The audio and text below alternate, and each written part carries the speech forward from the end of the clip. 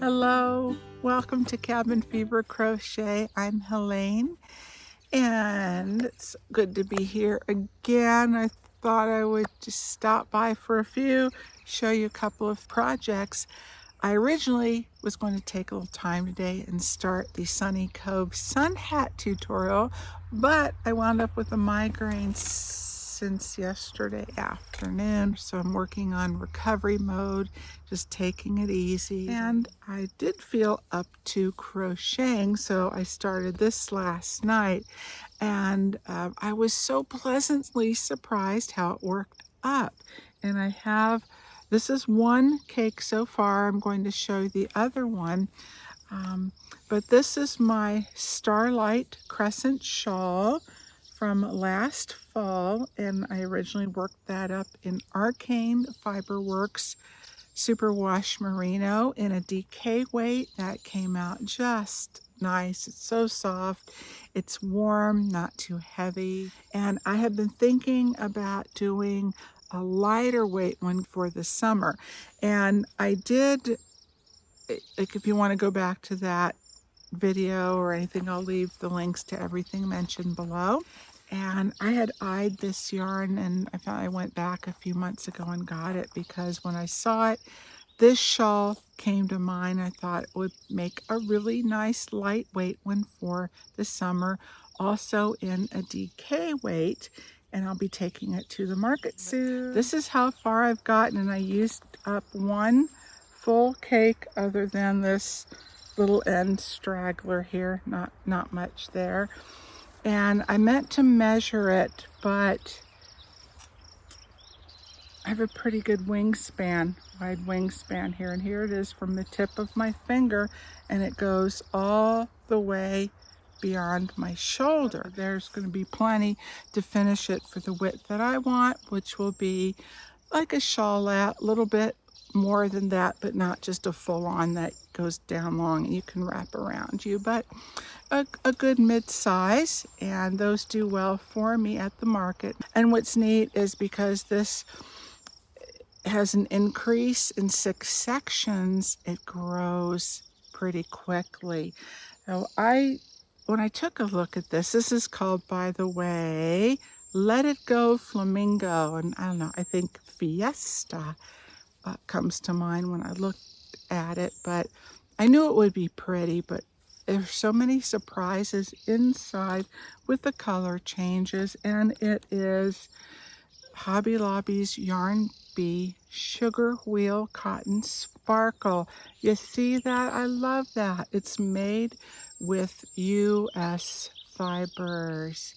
That makes me so happy to support farmers and people with businesses here in this country. And this one is 97% cotton, 3% metallic, and it's not scratchy to me at all. I have very sensitive skin, as mentioned before. 4.5 ounces, 296 yards. It's 128 grams, 270 meters. Number 3 light recommends 4mm knitting needles and 4.5 crochet hook, which is a G plus, US number 7, I think. And I went up to an H 5mm hook. I wanted to show it to you in the cake. Okay. And how it changes the colors in the cake, and then when it's actually worked up. And there are even more surprises in here than I had expected. I think the color changes are done pretty well. It's striking. I think someone will really enjoy that who likes these brighter colors together like that. And then, now all the cakes are not the same from the center pull to the outside where they go from one color to the next, but I did find 2 that were almost identical. So, and I noticed with different colors in other bins, there were a lot that were the same or very close, and it was easy enough for me to match them up. Now, I am very happy with that, and I will work the same border as I did with my original patterns.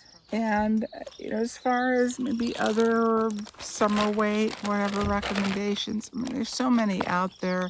It depends on what you would like to use. This is very versatile for a variety of different types of yarn and a range of weights. But as far as the sparkle, a couple of things that come to mind right now: Yarn Art, which is also available on Amazon. I've seen some there. They have some gorgeous, gorgeous colorways. And I'm sorry, I don't recall offhand if that is a mix of cotton acrylic or all acrylic. But the Hobby or Hobie, however it is pronounced, their Universe XL. Now this is 100% acrylic, or no, it's not. It's 98% acrylic. I'm looking right at it. 2% polyester, 3.5 ounces, 240 yards, and I've gone up to an H.